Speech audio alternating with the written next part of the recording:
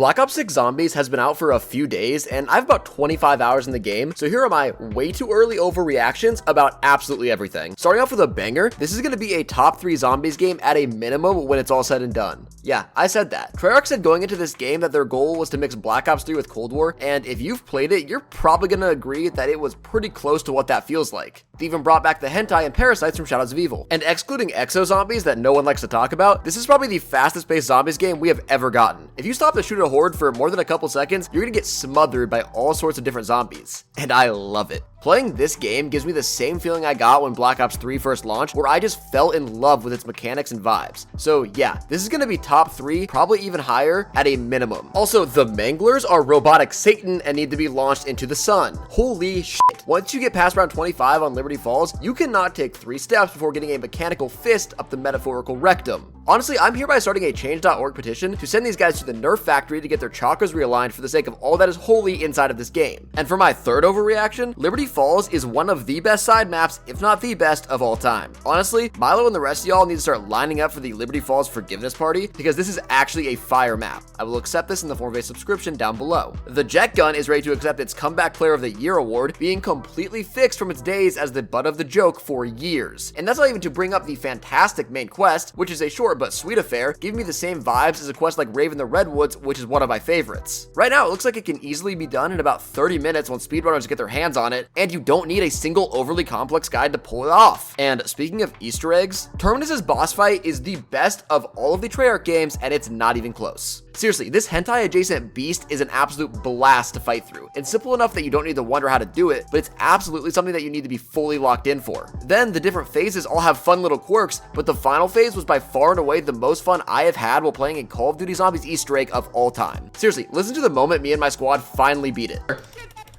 Yes! Yes! Let's go! Let's go! I have 45 revives. So yeah, 10 out of 10, need to run it again. Oh, and quick spoiler warning, skip ahead if you don't want to hear this.